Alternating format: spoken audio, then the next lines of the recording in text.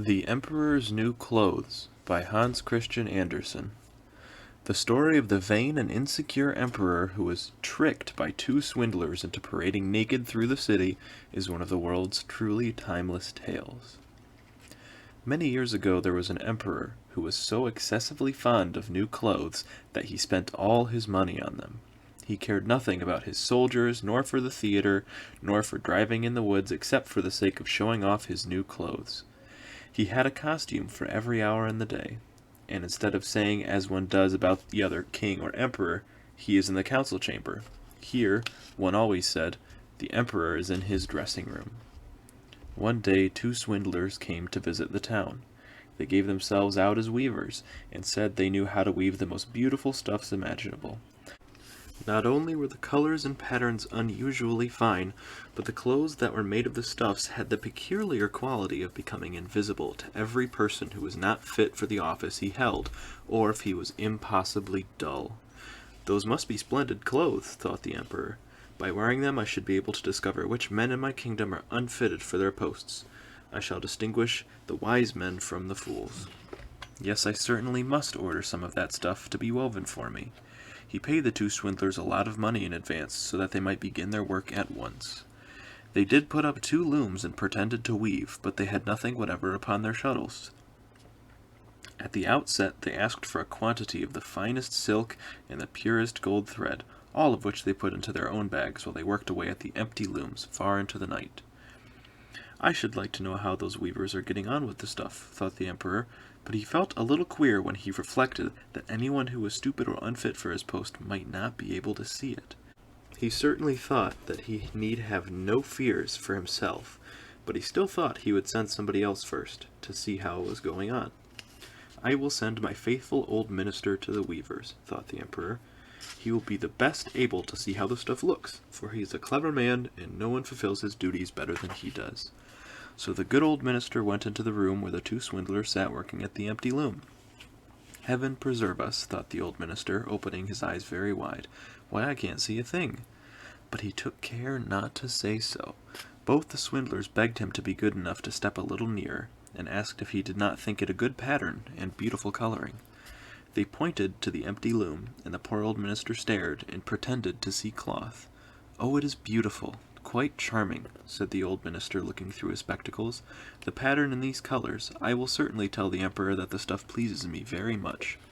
"We are delighted to hear you say so," said the swindlers, and then they named all the colors and described the peculiar pattern. The old minister paid great attention to what they said, so as to be able to repeat it when he got home to the emperor.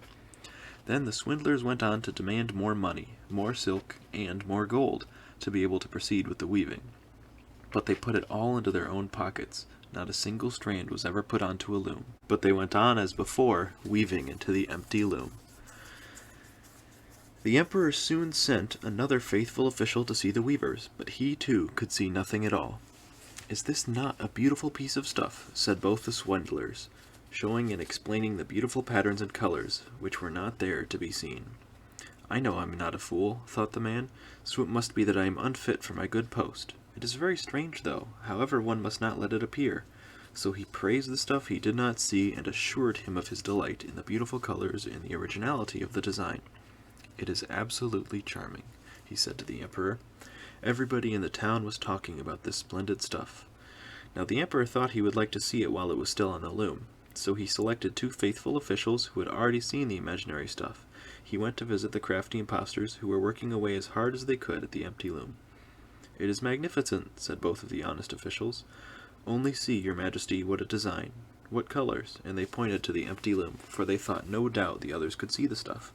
"What?" thought the emperor. "I see nothing at all. This is terrible. Am I a fool? Am I not fit to be emperor? Why, nothing worse could happen to me." "Oh, it is beautiful," said the emperor. "It has my highest approval," and he nodded his satisfaction as he gazed at the empty loom. Nothing would induce him to say that he could not see anything. The whole suite gazed, but saw nothing more than all the others.